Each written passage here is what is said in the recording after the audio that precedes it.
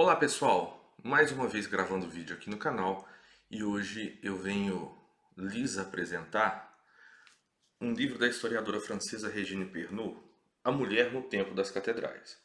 Bom, esse é o título do vídeo, porém eu farei também uma série de indicações de livros que eu entendo que possuem uma relação com esse tema, tá? Muito se é falado hoje, né, a respeito do papel da mulher no decorrer da história, né, dos conflitos, né? E nós sabemos que boa parte do que é noticiado hoje são narrativas e não possuem fundamento histórico nenhum. Então, o que eu quero fazer aqui é uma série de indicações. E quem tiver interesse, procure, leia, faça a sua análise, porque hoje, infelizmente, não se fala mais em buscar a verdade, mas se buscar narrativas, né? Então, quando eu converso com as pessoas sobre esse tipo de tema, eu sempre digo para as pessoas: escutem o outro lado também, né? Então, um lado do conflito, a gente já escuta na mídia, né? Aquilo que é noticiado aí pela jornais, redes sociais, enfim. Mas eu vejo pouca gente buscando um contraponto, a fim de que possa realmente tirar as suas conclusões. E esse livro da Regine Pernod, especificamente, ele era um livro muito difícil de ser encontrado no mercado e quando era encontrado o preço era exorbitante, mas felizmente a editora Quadrante, tá, fez a republicação dessa obra. Já adianto aqui que eu não tenho nenhum vínculo com a editora Quadrante, tá? Se a editora Quadrante vocês quiserem, tá? Mas eu faço essa indicação porque eu acredito que agora no ano de 2023, esse é o livro mais importante até então lançado sobre o tema do papel da mulher no decorrer da história. Esse especificamente, ele vai tratar do papel da mulher no período medieval. Num vídeo anterior, eu já falei sobre um capítulo desse livro aqui, que é Idade Média, o que não nos ensinaram da Pernod, que é da Linotipo Digital. Então, assim, aproveitando, antes de falar do livro, se vocês encontrarem livros da Regine Pernod em língua portuguesa, comprem, tá? Aqueles que vocês encontrarem, porque eles se esgotando, eles estão num valor muito alto. E são livros que compensam, dado o currículo da Regine Pernod.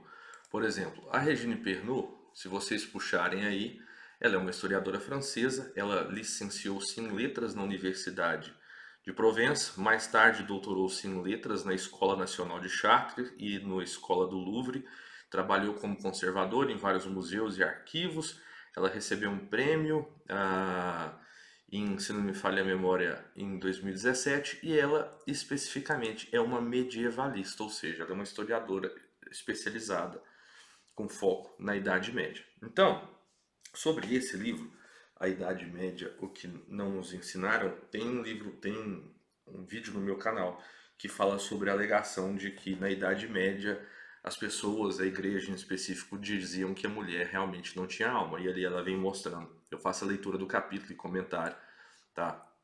Vocês vão encontrar no meu canal. Bom, esse livro, que é o foco, que é A Mulher no Tempo das Catedrais, tá? Ele vai falar um pouco sobre a história da mulher antes do período medieval, e aí ele vai falar depois sobre o papel da mulher no decorrer do período medieval, tá? Então, ela vai falar sobre, por exemplo, o foco dela é a França, mas ela retrata outros países do período medieval, mas ela vai falar, por exemplo, sobre o aspecto cultural das religiosas, os desenvolvimentos culturais realizados nos mosteiros. Ela vai abordar o papel de Duoda, que é a primeira, a mulher que escreve o primeiro material didático que existe na França. Vai abordar a questão da feminilidade. Aborda também não só o papel dessas mulheres que eram de alta casta social, mas o papel de mulheres simples. O penúltimo capítulo do livro, ela vai falar sobre Santa Joana d'Arc e Santa Catarina de Siena e a influência dessas mulheres.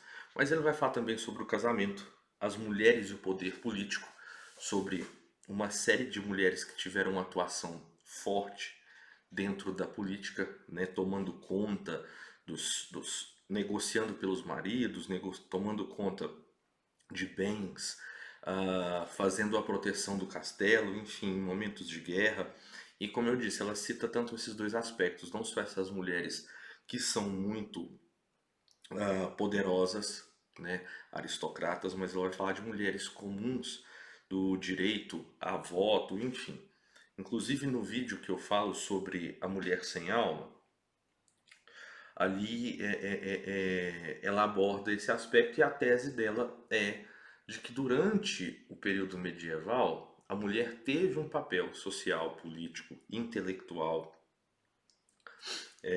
principalmente ela vai citar a vida nos mosteiros, né? Nós sabemos que a universidade é uma criação do período medieval, né? Então ela vai falar que antes, então, nos mosteiros, havia toda essa vida intelectual nos mosteiros e do padrão intelectual das abadesas, enfim, de mulheres que eram abadesas chefes de mosteiros masculinos, que havia uma igualdade no papel social do homem e mulher, e que foi a reintrodução do direito romano, como eu disse no vídeo anterior, no Renascimento, que é que faz a mulher decair de status social, digamos assim, essa celebração do, do, do direito romano que faz ela decair do seu estado social, né, que vem no Renascimento. Já aí ela faz o comparativo de qual era o papel, como havia o poder pátrio ali em Roma, né, a ponto de poder mandar matar os filhos e de que a esposa seria a propriedade, e que isso mudou durante o período medieval, que a igreja foi a primeira a se opor a casamentos arranjados, enfim, ela detalha aqui, e que depois, com essa retomada do direito romano, houve esse declínio, tá? Esses livros, esse capítulo aqui desse livro que hoje infelizmente é caro, tá? Mas talvez vocês achem para comprar, e esse outro dela vão ser complementares nesse aspecto de falar sobre esse tema. E aí, um ponto interessante que eu gostaria de destacar é o capítulo final, tá? É o fechamento, a conclusão do livro. Ela vai dizer, o nome da conclusão do livro é Das Mulheres de Anteontem às de Hoje. Toda a humanidade se pode rever nos símbolos vivos que oferecem Heloísa e Abelardo no seu frente a frente, sinal da perpétua alternativa em que cada termo é tão necessário ao outro, como os dois olhos para ver, dois membros para agir e andar. É muito curiosa essa visão monocular e da perspectiva clássica da pintura que manifesta a tendência para resolver o eterno conflito do casal, dos dois eliminando um em benefício do outro. Na época feudal, tinha-se compreendido que os contrários são indispensáveis entre si, que uma abóboda apenas segura pela mútua pressão que as duas forças exercem uma sobre a outra, que seu equilíbrio é função da sua igual pressão. Talvez nos seja dado redescobrir esta feliz necessidade na época em que redescobrimos as abóbodas românicas, em que estas se tornam próximas e familiares, objetos acima, ainda por cima do interesse crescente. Talvez, após estes 4 séculos, que podemos chamar de monárquicos, quaisquer que tenham sido sucessivos regimes, e onde o poder e o pensamento foram unicamente masculinos, possamos voltar a ver a influência feminina em função do movimento que se inicia. Mas perguntamos por vezes, nada é jamais irreversível, quer na história dos povos, quer na dos indivíduos. Se o atual esforço de libertação da mulher não corre o risco de abortar, pois a marca uma tendência suicida para a mulher, negar-se a ela própria enquanto mulher, satisfazer-se a copiar comportamentos dos seus companheiros, tentar reproduzi-los como uma espécie de modelo ideal e perfeito, recusando logo à primeira toda originalidade. Tem um capítulo específico que ela vai falar de como as mulheres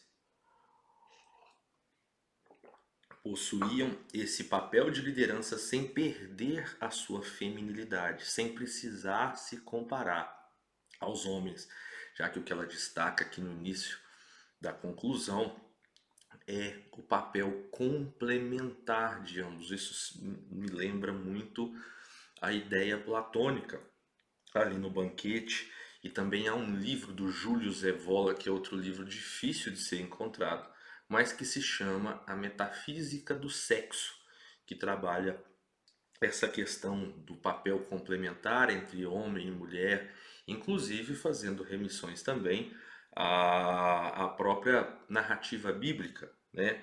De deixará o pai e a mãe e unirá a sua esposa e serão uma só carne, né? No sentido de unidade de pensamento entre homem e mulher, cada um fazendo a sua parte. Então ela está falando aqui justamente disso. Esse é um livro que foi lançado na década de 80, tá, gente? E, no entanto, o mundo rigorosamente masculino da civilização clássica e burguesa surge-nos contestável e está, de fato, contestado. Não será paradoxal que se conserve de uma herança de riqueza inegável precisamente o legado mais pernicioso, a tentação totalitária que consiste em querer reduzir todos os indivíduos a um esquema único que apenas admite a igualdade na uniformidade?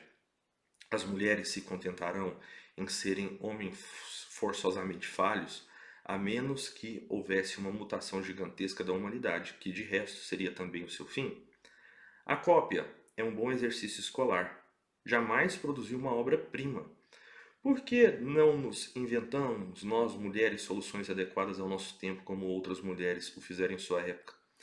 Não teremos nada de original a propor ao mundo, por exemplo, perante as lacunas tão graves de hoje?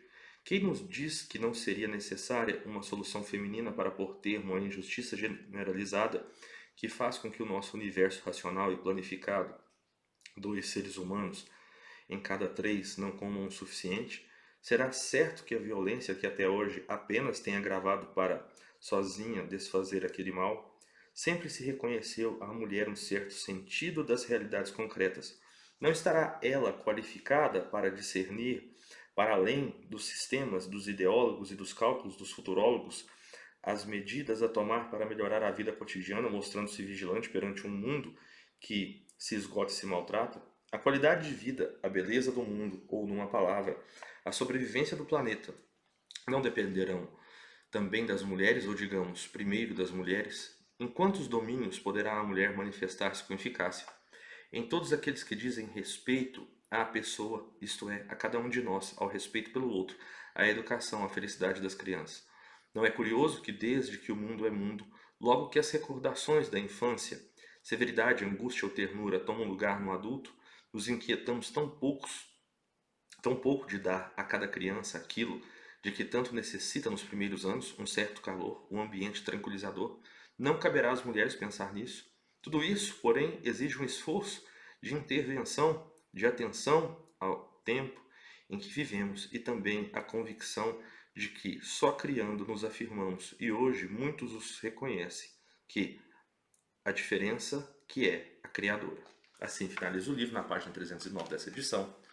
Então aqui fica a minha recomendação, extremamente recomendado. Tá? Esse livro estava fora de catálogo. Bom, mas sobre esse tema também, muito se é levantado sobre a Idade Média, a questão da educação. Eu vou fazer aqui algumas outras indicações. Nós temos a história da educação na Antiguidade Cristã, Rui Afonso da Costa Nunes. Tá? Alguns historiadores às vezes se equivocam quando falam do papel da criança e do papel educador da igreja no período medieval. Esse é um livro interessante. Aqui, nesse mesmo sentido, tem esse livro aqui, A Inveja dos Anjos, as escolas, catedrais e os ideais sociais na Europa medieval, da Quirion, tá? Aí, para quem tiver interesse nesse tema, do Stefan Jäger. que vai abordar essa questão da, da história da educação no período medieval, tá? Além dessas indicações. Aqui eu tenho outro que eu já indiquei, porque muitos equívocos, às vezes intencionais, às vezes não, são proferidos em relação a Homero, a Grécia Antiga, sobre machismo, enfim, eu tenho aqui um livro que tem um capítulo específico só sobre isso, que é do Andrew Lang, O Mundo de Homero, tá? Aqui eu tenho essa indicação sobre esse tema, ele tem um capítulo específico que ele vai falar que, pelo contrário, Homero era um dos que mais celebrava a mulher e várias outras questões ligadas à metamorfose de Ovídio. Enfim, então para quem tem interesse em Grécia Antiga e nesse ponto específico sobre os homens e as mulheres no mundo de Homero, aqui vocês vão encontrar um subsídio muito interessante, tá? E mais recente, eu vou fazer a indicação do Sexo Privilegiado, do Martin van Creveld, que é esse livro aqui, tá? Lançado, republicado recentemente no Brasil pela Via Editorial, que ele vai tratar de uma série de aspectos sobre se realmente a sociedade é opressora em relação à mulher, os mitos de como elas eram tratadas na Grécia Antiga, pelo período do nazismo, enfim, vai abordar também a questão das consequências desse tratamento que a mulher vem sofrendo. Esse é um livro mais, digamos, recente, porque ele já é agora dos últimos, se eu não me engano, ele nessa versão foi lançado no ano de 2013, tá? Está sendo traduzido e relançado pela Via Editorial, mas é um livro bem mais recente que esse, por exemplo, como eu indico. É o primeiro que eu falo no livro, no vídeo, da Mulher no Tempo das Catedrais, da Regine Pernod. Tá? Para quem tiver interesse também na Regine Pernod, ela tem uma biografia sobre Santa Joana d'Arc. Tá? Vocês encontram, não são livros baratos, mas que eu particularmente confio em livro de papel, e esses ainda são encontrados, são um excelente subsídio para quem tem interesse no medievo e nessa personagem específica, de qual ela trata aqui, rapidamente, na mulher no tempo das catedrais, tá? Espero que vocês tenham gostado. Se gostaram, compartilhem, se inscrevam. Um abraço e até a próxima.